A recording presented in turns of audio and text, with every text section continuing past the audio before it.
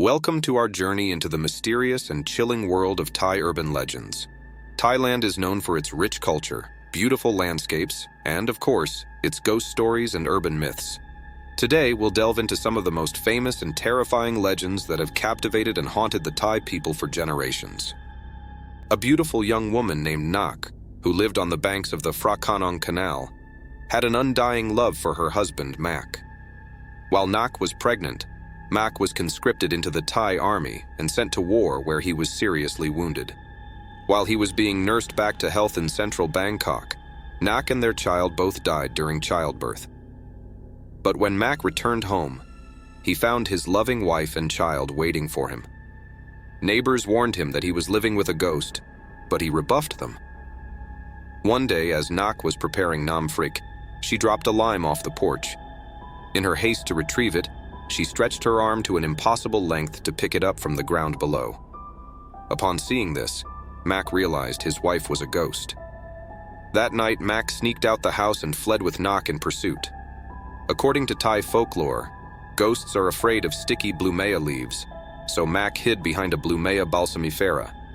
He then ran into Wat Mahabut temple, which, as holy ground, a ghost cannot enter. In her grief, Nak terrorized the people of Phi Tai Hong, furious at them for causing Mak to leave her. However, a powerful monk captured Nak's ghost, and after confining her in an earthen jar, threw it into the Phi Tai Hong Canal. Phi Tai Hong usually has its origin in a man or a woman who died suddenly, often without the observance of proper funerary rituals. According to the Royal Institute Dictionary 1999, the official dictionary of Thai words, Tai Hong means to die an unnatural and violent death, such as being murdered or drowning, and Phi Tai Hong means the ghost of a person who died in such manner.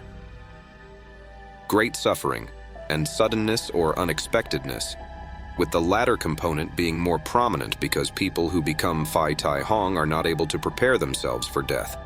These types of ghosts symbolize how life can end unpredictably, and anyone can become victims of death.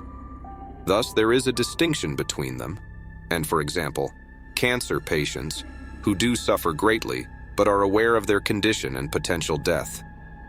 Suicide victims or prisoners who were executed also do not fall under the category of Phi Tai Hong because their death was anticipated. According to Thai oral tradition, Phi Tai Hong are especially dangerous and aggressive because due to their sudden death, they were unable to fulfill their dreams and desires while alive. As such, their anger and sorrow are manifested into the form of a vengeful ghost. It is believed that the first 7 days of a person's death is when their spirit is most actively seeking revenge, and the living are advised to avoid the area where they had died. Phi Tai Hong will often try to kill other living people in the same manner of which they had died themselves, and as a consequence, they are among the most feared ghosts in Thai culture.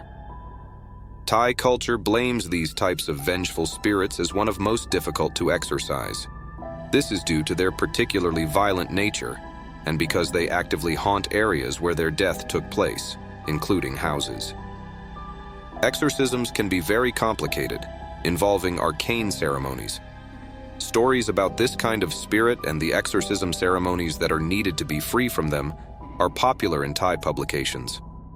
This ghost inhabits the clumps of wild banana trees and is popularly represented as a beautiful young woman wearing a green traditional Thai costume. Most of the time, Phi Tani remains hidden, but she comes out of the tree and becomes visible especially on full moon nights. She has a greenish complexion blending with the tree, but her lips have the red color of the ripe ivy gourd. Her hair is black, abundant, and untied.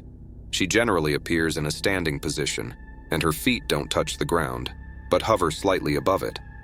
In some modern representations, the lower part of her body is represented with an immaterial quality, her waistcloth ending in a kind of wisp emanating from the tree trunk. It is considered a bad omen to cut trees from the clump Tani inhabits. Offerings are made to her in the form of sweets, incense sticks, and flowers. People also often tie a length of colored satin cloth around the trunk of the banana tree believed to be haunted by her. The Kluai Tani type of banana tree does not belong to the cultivated varieties. Owing to their connection with ghosts, people prefer not to have them growing near their homes, and they are not found within village compounds. However, clumps of this tree are found not far from inhabited areas, often at the outskirts of villages or at the edge of cultivated fields by the roadside. They look very much like average banana trees, but their fruits are not edible.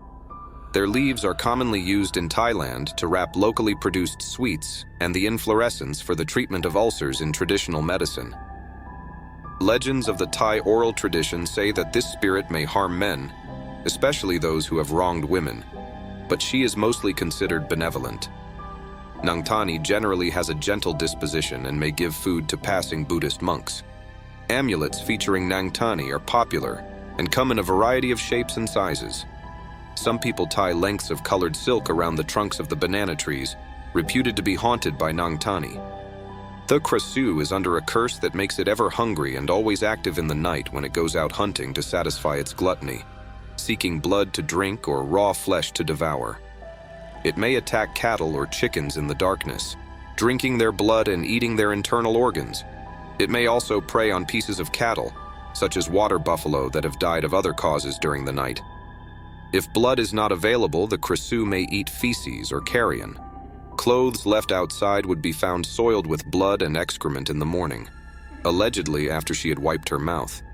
Therefore, villagers would not leave clothes hanging to dry outside during the night hours. The Krasue hides the headless body from which it originates in a quiet place because it needs to join it before daybreak, living like a normal person during the day, although having a sleepy look. To crush the still headless body of the Krasue is fatal to the spirit. The flying head will return after hunting but rejoin with the wrong body, which will lead it to suffer torment until death. If the top part of the body fails to find the lower half before daybreak, it will die in terrible pain. The Krasue will also die if its intestines get cut off or if its body disappears or gets hidden by someone. Some folk beliefs hold that the creature can be destroyed by burning it. The main foes of the Krasue are mobs of angry villagers carrying torches and machetes. They may catch the Krasue and kill it, or watch where she goes before dawn and destroy her body. There is a legend said that the people who are wounded should be aware of the Krasue because it can smell the blood and will come to eat the blood at night when people fall asleep. However, there are ways to prevent the Krasue from coming inside the house. House owners usually build spiky fences or grow spiky bamboo to protect themselves from the Krasue. Krasue is scared of spiky things because its intestine might get stuck and it could not escape. Urban legends are more than just stories. They are a window into the fears, beliefs, and hopes of a culture. Whether you're a believer or a skeptic, there's no denying the power these tales hold. Thank you for joining us on this journey through Thailand's most haunting legends. If you enjoyed this video, don't forget to like, subscribe, and hit the bell icon for more fascinating stories from around the world.